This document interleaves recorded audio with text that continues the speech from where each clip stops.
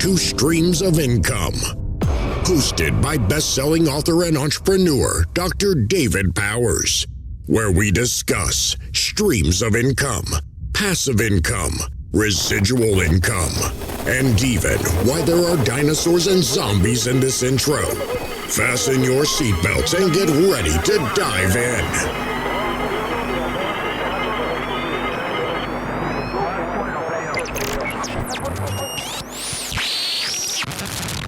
Hey, everybody. Welcome to the Streams of Income podcast. I'm here with Jon Sanders, an amazing guy. And before he even talks, I don't know if you're watching the video or listening to this, but this dude sounds like a mix between James Earl Jones and John Maxwell. I mean, like total preacher voice. And you're going to understand why he's got a preacher voice, too. But he's pretty amazing. And before he comes on, though, I want to apologize on behalf of him. I just got over the flu, and if I start coughing and sneezing and snotting and everything, it's not his fault. He sounds amazing. I may not. And just so don't with puke that, on me, all right?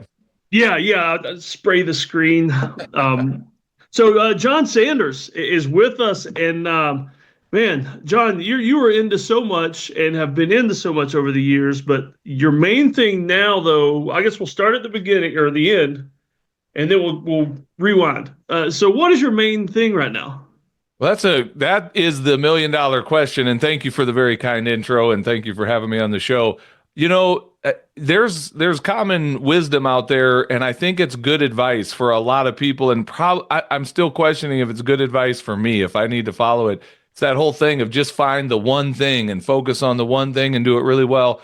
And that if I were to actually give that advice without the caveat of, oh, by the way, I'm not doing that, it would be very hypocritical, because I've got several things going. And if you were to tell me, Jon, you just have to pick one of them and just lean hard into that one thing, that's a very de-energizing thought to me. And so I don't know if I'm an exception to that rule, or if I'm just going to find out the hard way that, no, I really should have just picked one path and only done the one thing, because I feel like I have a little bit of capacity to have several irons in the fire at the same time and manage some things. So I can dive into all the things I'm doing currently, but I can't whittle it down to the one thing. So that's a tough question to answer. I'll tell you what, I see that big EP behind you. So let's hit that one first, and then we'll get into the more hands-on occupations. Yeah. Very good. So Entre Pastors is what that EP stands for. That's our logo in the backdrop there for those that can see the video. But it's Entre Pastors is an online platform that myself and a partner by the name of Les Hughes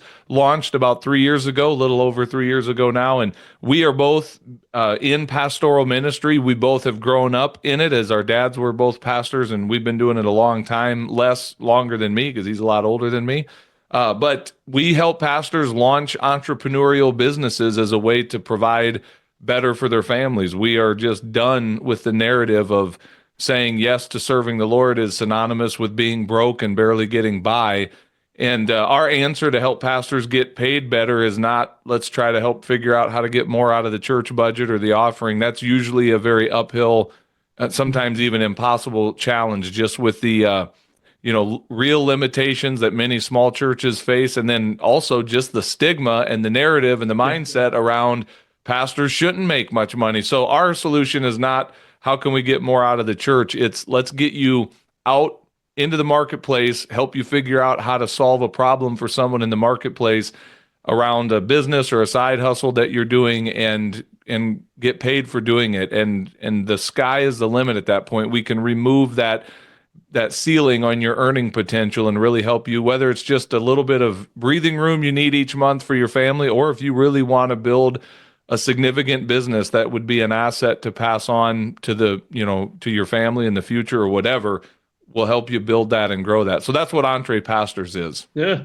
I'm a little confused, because I was under the impression that pastors were supposed to live in the house provided by the church, 6 kids in 1 bedroom, always drive a car at least a year older than anybody else in the congregation, and only have hand-me-down furniture and clothing. You mean pastors are not supposed to be that way? We're trying to break down that narrative. The reason you think that way is because you grew up in church, I'm guessing, and that's just Independent Baptist, man. Yeah, amen. And me too. And that, like, it's nobody taught me that that's what ministry was. It's just what was given to me. It's what was modeled to me. I didn't question it until I did. And then it was like, once I started questioning it, I'm like, this is silly. How this model that we've built around traditional full-time vocational pastoring that has pastors 100% dependent upon a church that doesn't pay them very well to begin with. They can be sent down the road at any point if, Gladys gets mad about something that happens in the church. And like, I just love, I think it's really healthy, not only for the pastor, but even for the churches they lead.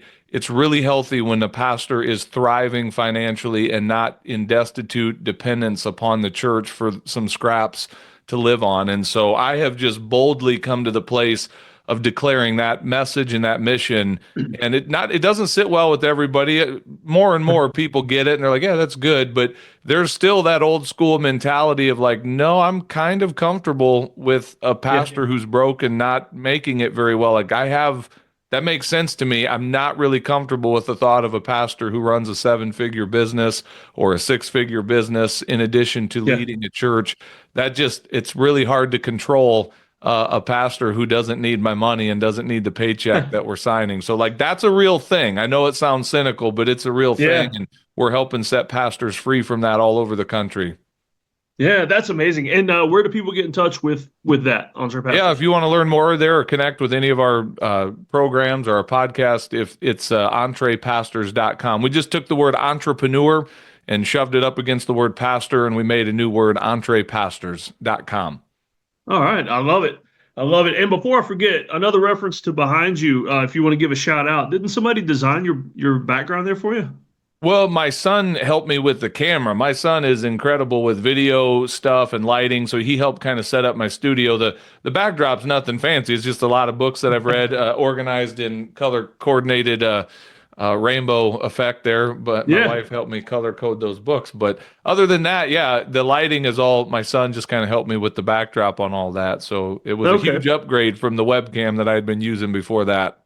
Yeah. I've just still got I'm in a basement office, and so I got the old fireplace, and it's an old farmhouse. And so I've not remodeled anything yet. We're going to eventually just burn this thing down and build another one.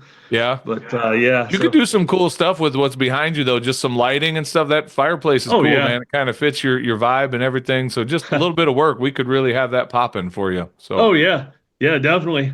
So you said you're still involved in pastoral things. So are you yes. On staff somewhere, or just more of an evangelist type, or what? Yeah, no, I am on staff at New Life Church in downtown Sioux Falls. I've been there for about the last 2.5 years or so in a formal capacity. I preach about once a month, which is really it's enjoyable for me because it's not nearly the lift that I was doing when I was a lead pastor preaching almost every weekend. And still lets me be in the game and use some of my gifts there, but not carry near as much weight as I used to as a church planter and lead pastor for many years. So I still enjoy it. Yeah, okay. And Sioux Falls, remind me where that is geographically. That is in South Dakota, almost up to Canada, but not quite. Okay, almost at the top. No, I lied. We're in southern South Dakota. It's just cold, so people don't know where the Dakotas are. They don't even know there's 2 of them. So we're so forgotten out here in South Dakota. It's crazy. But no, we're in the southern part of the state. What is it? Rapid City, where the that's on the west side. That's on the complete opposite side of the state. That's in the Black Hills, where you've got like Mount Rushmore and Custer State Park and the Sturgis Bike Rally. You got a lot of tourist stuff going on out there in the west side. Okay, I've been there before. It's pretty cool. And I drove through the Badlands and spent some time hiking there. I mean, it's a beautiful area. People don't realize how beautiful South Dakota is. I mean, they really is. Even the cold. Even where I am, the cold is not beautiful. I hate every bit of winter and snow. If I never saw another flake of snow, I'd be thrilled. But even where I live on the prairie on the east side, it still is beautiful. It has a beauty all its own. But it's a great place to live. If the winter can be brutal. But other than that, great people. We got a lot of freedom out here and a lot of space, and it's a good place to raise a family and build a business and do life. Yeah. And let's see, Governor Noem, was that South Dakota or North Dakota? Yep, she was our governor. She just got appointed as the Secretary of Homeland Security under the new administration. That's pretty cool. So she's moving up in the world. Yeah, looked like she went through pretty easy too compared to some of the others. Yeah, absolutely. Yeah. All right, and so. We covered 2 of those things. Now, I know of another one you do, firefighting. Can you tell me a little bit about that? Like, what got you into it, and what keeps you there? Yeah, so I'll tell you kind of that story as quick as I can. I grew up in the home of a pastor, as I said. I knew I did not want to be a pastor. I had a great experience in ministry, but when I was young, I knew I wanted to be like a cop or a firefighter. And in high school, I really leaned heavily into the fire service. I thought that's what I want to do. That looks cool. Great choice, by the way. Like that's the one thing cops and firefighters all have in common is that they all wanted to be firefighters at one time. So anyway, yeah, I basically really set my sights on that as a young man, pursuing a career in the fire service. And at the age of 21, I went to work for the Peoria Fire Department in Peoria, Illinois. I thought had it all mapped out, man. 30 years, I'd have my full pension, retire at the age of 51 with, plenty of life left, Lord willing, to do something else. And then God just messed up all my plans. Like he pursued me and called me into pastoral ministry to preach the gospel. I believe me when I tell you I did my absolute best to outrun that calling and like, God, this is a train wreck. Like you've got the wrong guy. And eventually he got through to me and I surrendered and we then left our home there in Peoria and we moved out to where I am now in South Dakota to plant a church. So when that happened, I left my full-time career in the fire service.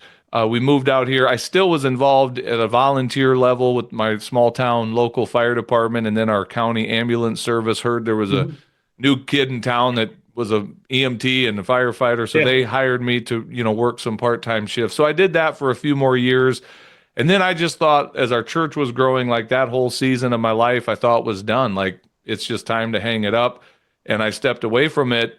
Well, fast forward a few years later, our church had really grown into like 6 different locations. And I had this wild opportunity. Here I was, a full-time pastor of a growing church. And I had this crazy opportunity presented to me of going back into the full-time fire service with the city of Sioux Falls. And it wasn't really something I pursued. It honestly kind of was dropped in my lap. The question of if you want it, you can apply. Here it is. And I said to my wife something about, I should maybe think about doing that. And she said, because literally when I learned of it, I had like 5 hours to apply before they closed the application. And I thought she'd just dismiss it and say, you're too old for that, grandpa, or whatever. But she said, you should. She said, I think you could do both. You could pastor a church and be back in the fire service. And that really kind of made my head spin. By the way, that's a little bit behind the Entre Pastors foundation because I had to go through some real soul searching. Like, is it okay for a pastor to have 2 jobs when technically he's making a massive $50,000 full-time salary and doesn't need the money? I thought. Yeah. And so yeah, like I really, in that season of praying and seeking God's permission and blessing in that, I really sensed peace. It took a year. It took literally 364 days from the day I applied to the day they hired me. It's a very long, grueling testing process, a lot of waiting. And somewhere in that journey, I really just got this incredible sense of peace. Not only that God was saying it's okay, but that he was going to give it to me. I came home from a 5-mile walk one day and I just told my wife, I said, I'm pretty sure God told me he's going to let me have the job and he's giving it back to me if I want it. And so I'm happy to say my church at the time was supportive for the most part. I mean, I got a lot of the blessing of our people. Not everyone was thrilled with the idea of their full-time pastor having a full-time job. But for the last 5 years that I was leading in that capacity as a church planter and full-time pastor, I was also working as a full-time firefighter, and I still do that to this day. I've been with the city of Sioux Falls now for about 9 years, a little over 9 years. Yeah. And I'm still having fun. At some point, I could probably quit and walk away, but I still enjoy showing up to the fire station. I still get fulfillment in that. And so I'll keep doing it until it's not fun anymore. Yeah. I mean, there's a neat imagery there, too, of a pastor saving people from hell, both, physically and spiritually. I mean, that's pretty cool. Yeah, I don't do the saving, but I get what you're saying. I can be the mouthpiece and the hands and feet and all of that. So, yeah, it is kind of a cool imagery to think that. And by the way, I've noticed, just because I've had my feet firmly planted in both those worlds of pastoral ministry and first responder, firefighting, EMS, like there are a ton of similarities between those two roles. There really are, beyond just the eternal thing. Like there's so many similarities because in their own right, pastors are first responders to trauma. and on the scene of sorrow and dealing with their own traumatic responses to all the stuff. So yeah, I could go on and on about the similarities between those Yeah. two industries, if you will. Yeah. And when I worked EMS, we had 24/48 shifts, and it was like the perfect shift to have several jobs. Yeah. And are you guys like that? What kind of shifts you guys work? It's similar. When I was in Peoria, we had the 24 on, 48 off. And now where I'm at in Sioux Falls, it's a little different. You still we do work 24-hour shifts, and you still end up working about 10 days a month on duty at the station. But we do what's called a 3-day hitch. So like imagine like a Monday, Wednesday, Friday. Those are your work days. And then you have a 4-day break, and then you'll come back and do another 3-day hitch like that. Okay. So there's a day off in between those 3 days that you're on. And then once you get to the end of that 3-day hitch, you have a 4-day break. And then the other thing that really just makes it so incredible to work around your life is the fact that we can trade time with guys on other shifts. And so, the bad news about trading time is you have to pay it back, which means that now you're going to be working 48 hours or sometimes 72 hours at the fire station, depending on where it falls in your schedule. But you can line up a significant amount of time away from the station to travel or to do other things. And so it really is a unique job. That's, by the way, that's why I knew, and that's why my wife knew that I could also pastor a church full-time and be a full-time firefighter. I had to do some arranging with the schedule to make that happen and to be available on Sundays, but it can work, and it's a good career to be able to work around other things. Plus, the average kind of makeup or profile of a typical firefighter is someone with ADD who doesn't sit still anyway, and so most firefighters, when they're off shift, they don't just go at home and sit and do nothing. Like we're not capable of doing that. We have to go do something or we'll get into trouble. So that's where a lot of these guys work full, other jobs, or they run businesses of their own or whatever. It's a good career for that. Oh yeah. Yeah. And we had lots of downtime too at some of the stations anyway. And our, after the training and the cleaning and everything else was done, our downtime was pretty much our own. So, I mean, like sermon prep, reading a book, whatever. Yes. I mean, it's pretty cool to get paid to do, while you're actually doing something else. Yeah.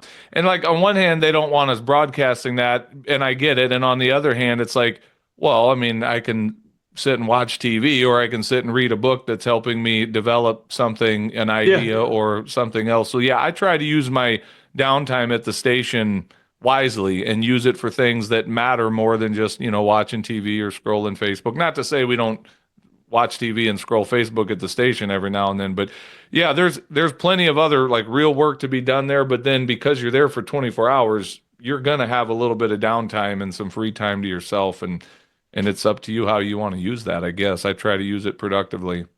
Yeah, definitely.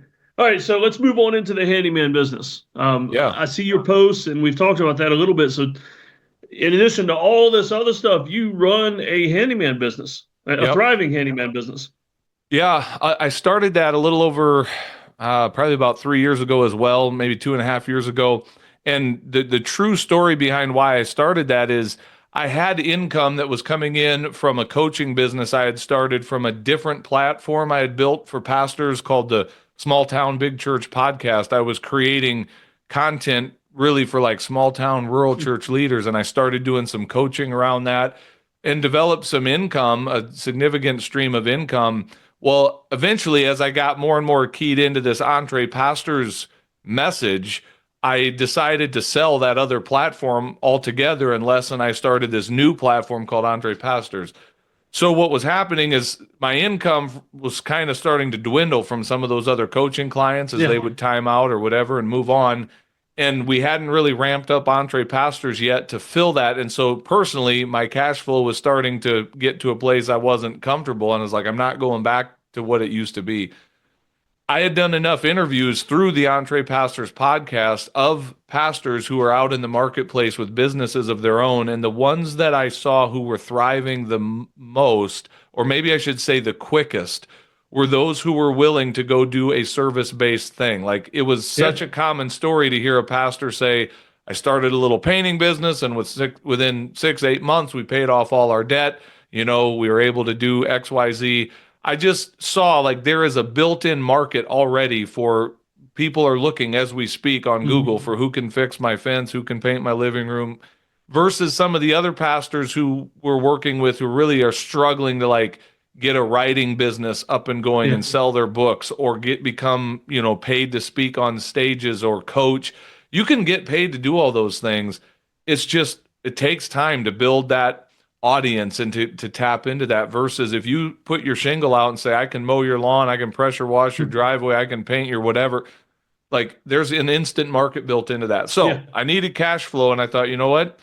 I'm going to because I need the money and two, because I want to model for my community kind of, I'm smoking what I'm selling. Like I'm going to start a little business and run that in addition to, telling other pastors they should start a business. And man, it was just incredible. I got into that and just immediately what I started to find is there's a huge market for it. And then if you apply some pastoral skills, this is what I tell our pastors all the time, like you have spent your entire professional career in some cases inside the four walls of a church, developing teams, building people, building a culture. If you just bring that skill set to the marketplace, what I quickly realized is I don't have to be the guy out doing all this work by myself. I can build a team and eventually I can step back from being on the front lines of that and I can just love on and support my team and manage that and bless other guys to go out and do the work. And that's exactly what I've been doing with Dakota Small Jobs.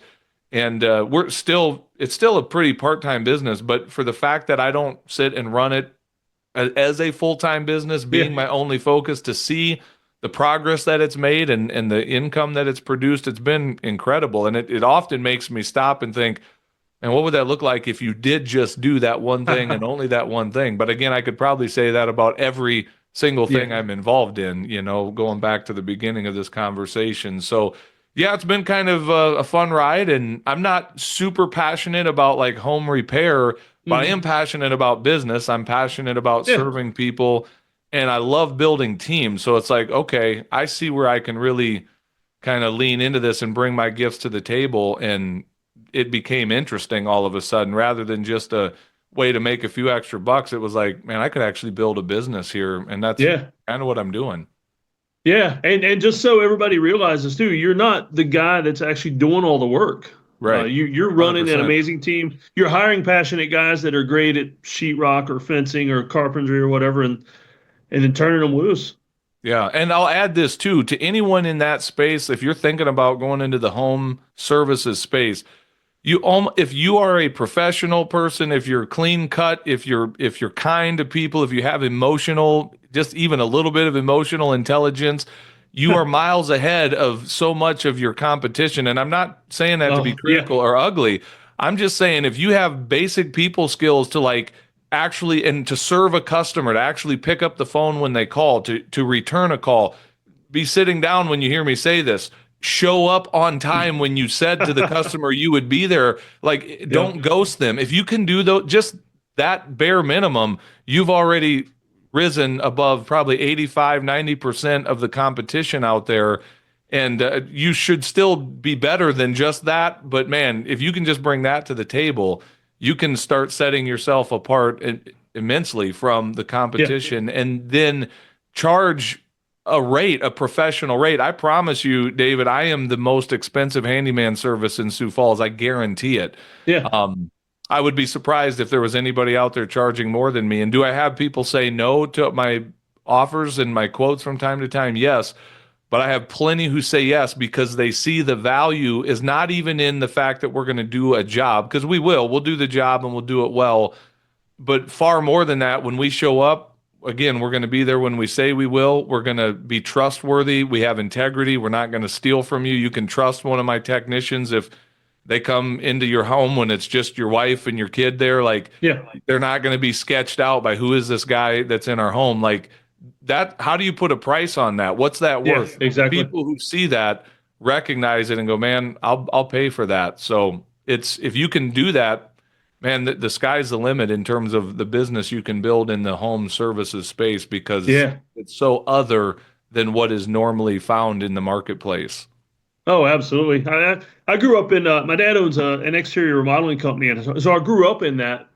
And I used to do the estimates for him, and just people would call 4 or 5 contractors to get estimates, and I'd be the only guy to show up sometimes. And of course, I was a little more clean shaven then, but to be honest with you, it didn't matter. I showed up.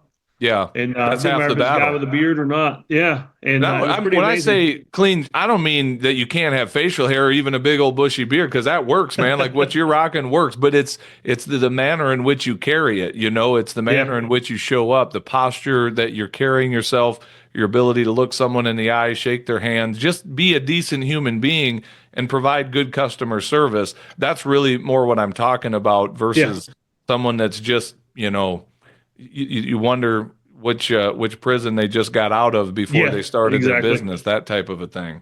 Yeah. Tattoos of naked women on their forearms and everything. Exactly. Yeah. Yeah. And we would have guys like that apply for jobs with us. And you could be the best installer in the world, but unless you were willing to wear long sleeves every day to work, it just didn't work out. Yeah, and you could be mad about that, or you can just embrace like people make instant judgment calls. Those judgment calls may not always be right. Most of the time, much of the time, they probably are right, because how we're presenting ourselves does say some things about us. But the bottom line is they're making instant impressions when they see you, even before they meet you. And this is going to sound so ridiculous. Very early on in being a handyman, like as in right away, I knew I needed help just like doing a system of doing the quotes and the invoicing and all of that. So I invested a little bit of money into a software to do that. Yeah. And just the fact that somebody got a quote emailed to them and it had a logo on it with an actual company sounding, email address Yeah. and not, something at AOL.com. It like they're just blown away by that. They're like, wow, I knew you were a pro. And they think I'm this huge company. And in Yeah. reality, it's like, man, I'm really just kind of been doing this part-time for a few short years and not even that great of a handyman, if the truth be told. But I do know how to like build a team and treat people well. And I think that's the special sauce. Yeah. Yeah. Amazing. And we were talking before, you've actually got other guys calling you up wanting to know how to do the handyman stuff. Yeah, like I'm flirting right now with the idea or the invitation of, I don't know whether I franchise this, and I hesitate to even say that because it's like, what is there to franchise? Or to like actually start another location of Yeah. Dakota Small Jobs. And I have several other opportunities in other states and my own state where I've got some relationships where people are saying, hey, let's talk about this. What would it look like to start that here? And so I'm tempted, and maybe I should just speak a word to the entrepreneurs here, and maybe this is growth and wisdom on my part. My natural default setting is just to go for it, because entrepreneurs, we see all the good, we see all the opportunity and only the possible best that could come from Yep. something. And we rarely slow down, at least I rarely slow down enough to go, okay, but what could happen here? What are some things, contingencies we need to think about? And I guess I'm going to say I'm a little bit proud of myself. I've thought about this for a little, and it's not out of fear. It's more just Yeah. like, maybe this isn't the time to overextend. Maybe I do need to like grow slow. So I'm not saying we'll never do it. I promise I'm leaning in those directions, but I'm maybe doing it with a little bit more discipline than the me of 5, Yeah. 10, 15 years ago would have done it. I'd have just jumped in Yeah. and said, let's go. So we'll see. Talk to me in a week. Maybe all that'll Yeah. change, and I'll be like, I've got 4 new locations, so I have no idea what we're doing, but we'll see. It is an I will interesting talk thing to you in a think week, man. about. I'll see you next week down in Florida. That's right. I'm looking forward to that. That's going to be Yep. awesome. Hey, a third option that I've heard of before, not just the franchising or doing it yourself, but the business opportunity package. Tell me I've about seen that. some businesses do that where it's they sell the training package and the links to all the software and all that kind of stuff, and basically they sell the business in a book, so to speak. And that way, if you don't want to mess with all the franchise having to manage all that and everything, it's one Is way that to just a sell the one-time opportunity. cost then, a one and done type of a thing? I've seen people do it both ways, like a one time where you just buy it in a package, or you could, like we learn about with the membership stuff, you could do it with a membership where there's coaching involved, things like that. That's interesting. I'll tell you, and I don't care if this turns into just a coaching conversation. You can coach me. And everyone else can listen in. What I see happening here is people are reaching out to me. They have the technical skill to do the work. They either lack the skill or the confidence to do the business side of it. And that's where I see maybe a key partnership of like, well, we could do that. We could have a call center here, for the lack of a better word. I could create a forward-facing website that's more local, and a local phone number that just forwards right in here. Yeah. And my team could handle all of that, and then let the team there do what you do best, which is you go do the technical stuff. And that's the part where when you talk about like selling the business, I'm like, I don't know with the relationships I'm talking to right now, if that's the right option, you know. And you've got access to the VAs too that could do all the social media and everything. Yeah, I mean that stuff is all, I don't want to say it's easy, but it is simple. Like there's a solution to those problems of like, you don't have to be the one to do all that. You build a team, and not everyone is wired that way. I recognize that. Some people genuinely would prefer to have a business that it's just me. I don't have any team members to think about or worry about. Nothing wrong with that at all. Like if you know that's how you're wired, that's great. I can see that, but I just really thrive on a team. I recognize that about myself as I look back over my life. I've been drawn to environments where there is a team element, and even in the fire service, like I don't want to just do it by myself. I thrive as a part of a team. Yeah. And so I'm good with that, and build the team. That's to me is the solution to a lot of problems. It's not, there's the book out there, Who Not How, rather than wrestling with the question of how do I do this, it's who do I get to do this? Who can do this for me?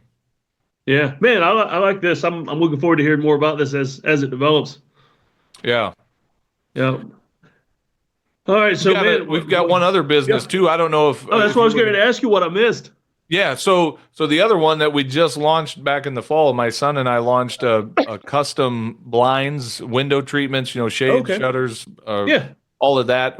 605 Blinds is the name of that. 605 is the area code for the entire state of South Dakota. So it's kind of a thing up here. There's 605 whatever, and so we named our company 605 Blinds, and we're getting. And I'll tell you, it's so much fun. My kids are older. My oldest son is 25 at the time of this recording. My youngest son is 18, soon to be 19. Like, it is so much fun to have those guys involved in these businesses and to be doing it with them. Like, because eventually someday, if we do this well, this will be something that I can hand off to them and as an asset for them to continue to run with if they desire. I mean, I'm not going to force them into that mold, but I can see where this would be something that would really let us as father and sons do some really cool stuff together, even beyond the business itself. Just what kind of projects do we want to build together? What do we want to invest in together? What do we want to, be generous to together? And what kind of legacy and impact do we want to make through our family's business endeavor? So it's kind of fun to think about. I'm enjoying it a lot. Yeah. Well, in terms of niching too, I like the idea that you didn't just try to do both of those things as the handyman. Like that there's enough specialization in blinds and window coverings that it's its own thing. Yeah, and a quick backstory there. My brother has been in that space for 20 years, so I've watched him. I've had kind of a front row seat to watch him really build a successful thing. And then I've hired him, my son and I have hired him as our coach for the first 5 years. He literally has a vested financial interest in seeing our business thrive. So he's been instrumental in helping us get that up and off the ground. But to the handyman thing, that's one of the frustrating things about that work is like you're a jack of all trade, a master of none, and you'll never get away from that. There's always going to be a need for that person who is a generalist, who can just kind of come in and do a lot of things. But from the beginning, I've often said, man, it'd be cool if you just had a business that did this one thing. You only carried the tools for that one job. And the blinds thing kind of scratched that itch. So again, rather than choosing, well, which do I pick? I just said, I pick both, and we'll keep this other thing going, at least for now, the handyman business.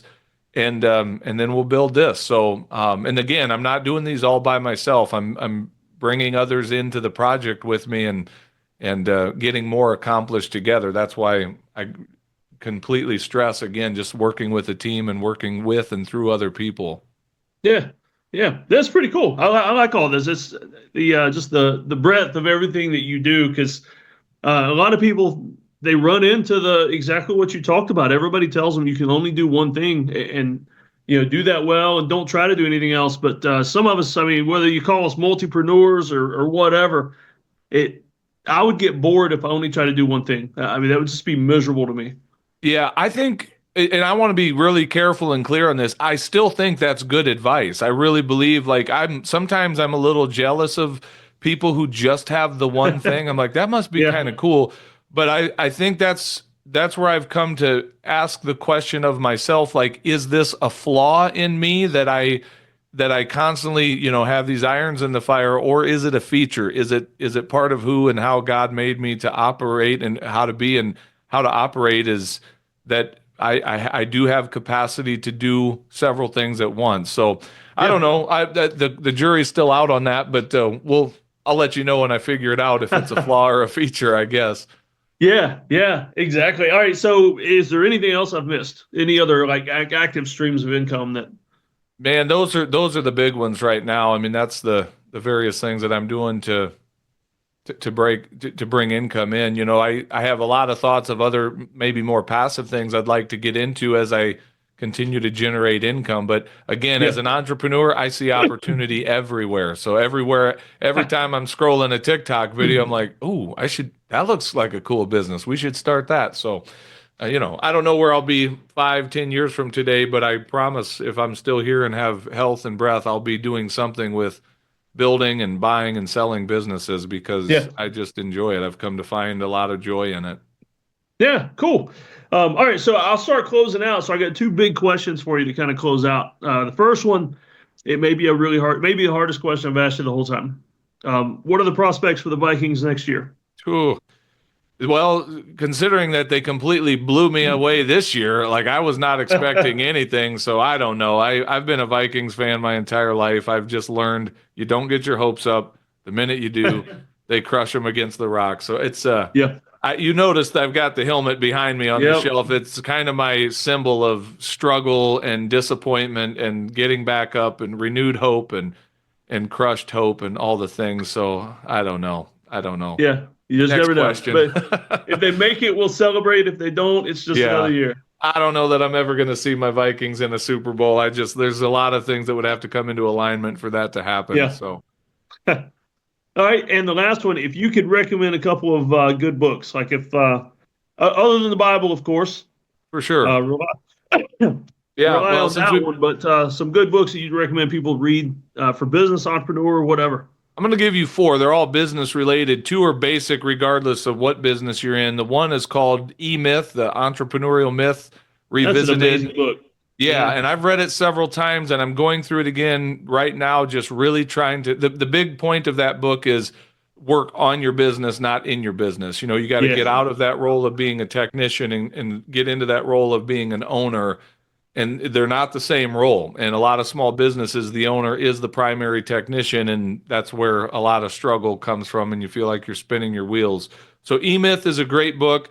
Another one is Profit First by Mike Michalowicz. It's this idea that as a small you name business, books you that got have it? a permanent place on my shelf, man. Yeah, it's a great book, and as we speak, I'm in the process of like bringing both of those businesses under that profit first model. I've hired one of Mike Michalowicz's profit first professionals as a Oh, really? bookkeeper, and yeah, I'm going all in on this because Yeah, I've managed my own business finances long enough to experience what he talks about in the book is so true. As small business owners, we generally operate on this premise of like, income minus expenses equals profit. Well, we're always waiting to take our profit because there's always another expense coming down the yeah, pipe, and we rarely pay ourselves like we should. And so the premise of his book is you take your profit first. And there's a lot of other great wisdom and nuggets in that book, yeah. Profit First. His book, Fix This Next, is an amazing book too. I don't know that I've read that, but I'll check that out because I've read multiple of his books and they're Yeah, good. I recommend them. So the other two, real quick, this is getting into kind of a new fascination of mine as of last year in the business realm. But one is called Acquisitional Wealth by Josh Tolley. It's a book about acquiring businesses. So rather than starting them and building them from the ground up, where there's a high rate of failure for startup businesses, just go buy one. And we're coming yeah. into Okay. a season where, with this baby boomer generation aging out, there are going to be millions of business owners Yeah, looking to unload their businesses, and there's not a lot of people just waiting to buy them.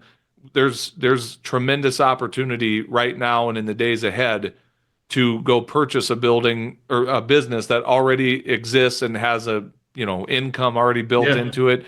That was a new concept to me that Josh turned me on to last year. And then the other one, I'm trying to see, it's right here. I follow Josh on Instagram. He looks like me, or I look does. like him. He's a pretty amazing guy, though. Doppelgangers. I read his other book, his first book, Evangelpreneur. It's like the word evangelical and then entrepreneur. And then I was like, ooh, I need to get this guy on our Entre Pastors podcast. And when I looked him up, I saw he was just coming out with this acquisitional wealth. And I started listening to his conversations around that. And I was like, this is really interesting. And so in that same vein, I just bought this book, Main Street Millionaire by Cody Sanchez. Uh-oh, he's going to pick it up. Have you read it yet? I have not. I've been drinking her Kool-Aid lately, though. Dude. You were talking about the boomer businesses. This is it. Like, this is basically a similar message of Josh Tolley's book. It's making the case for buying a business instead of starting one and then giving you some, step by step, this is how you do it.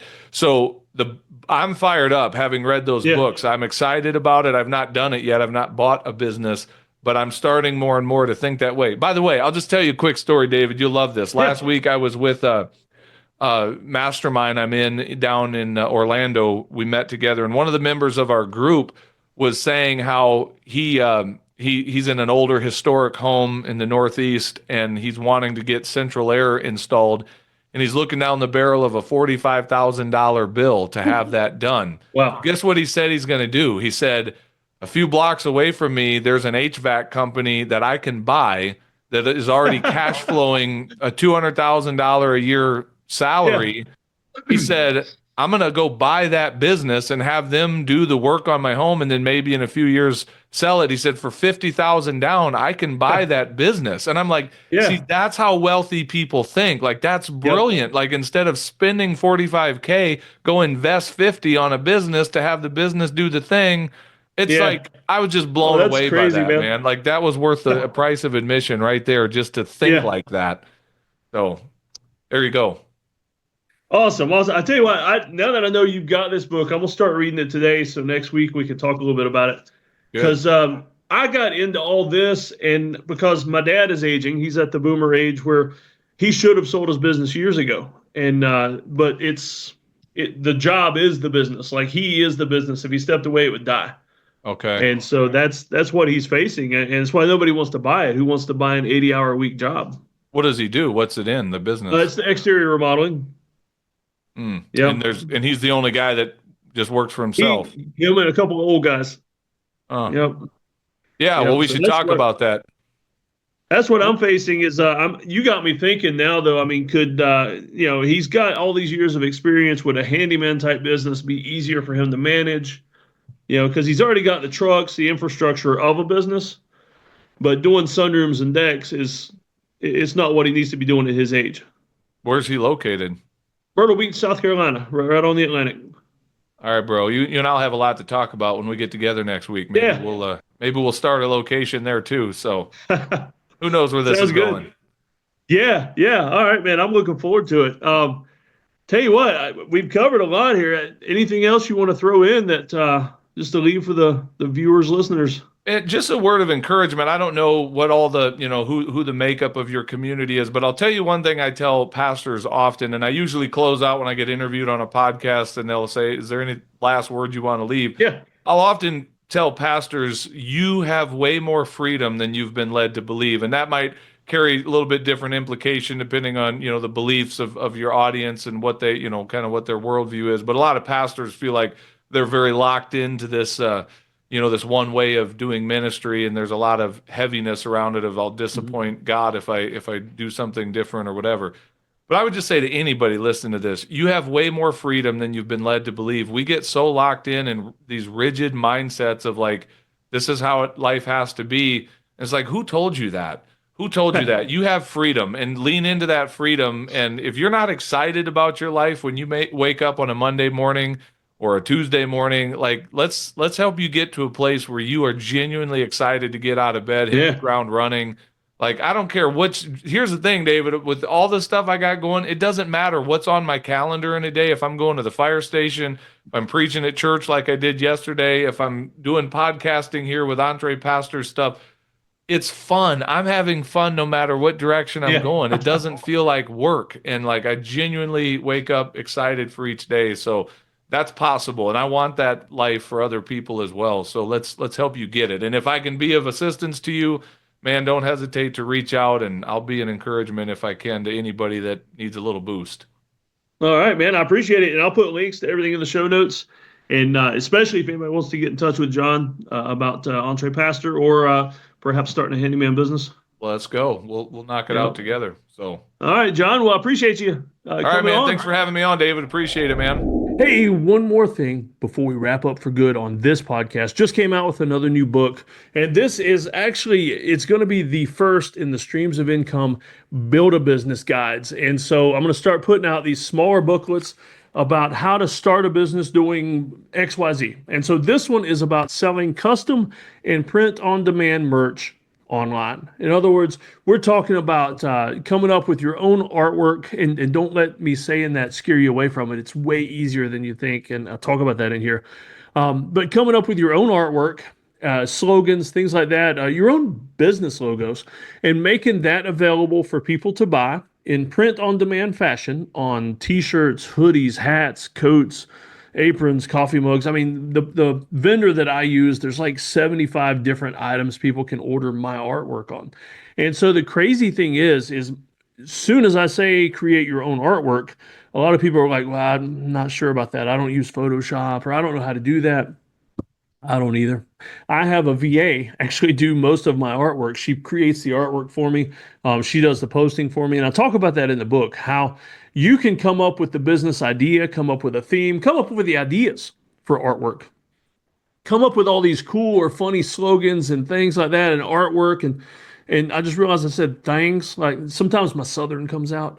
And so, you'll spot that sometimes. But I'll tell you in the book how to do all that stuff way easier than you think, how to have somebody else create the artwork, somebody else do the uploading, because my goal for streams of income, multiple streams of income specifically, is that you're not just adding yet one more side hustle, one more business to an already busy life.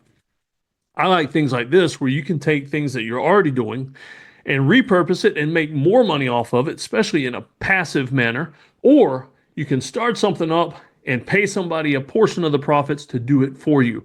And you're also making money mostly passive. They're doing all the work and you're sharing the money. And so I love things like that. And like, writing books, like publishing books, once it's out there, it's passive. You've done the work. So unless you're doing marketing, which you kind of do need to, unless you're doing marketing to push it, the money is passive. The thing's out there and you just get a statement every month or whenever things are selling. Really cool. So check it out. It's going to be the first in a long series of build your own business. I'm not sure on what I'm going to call it yet. Start a business in 30 days. The idea factory. I'm tossing around a lot of ideas for that, but this is the first guide that's coming out in that series. Hope you enjoy.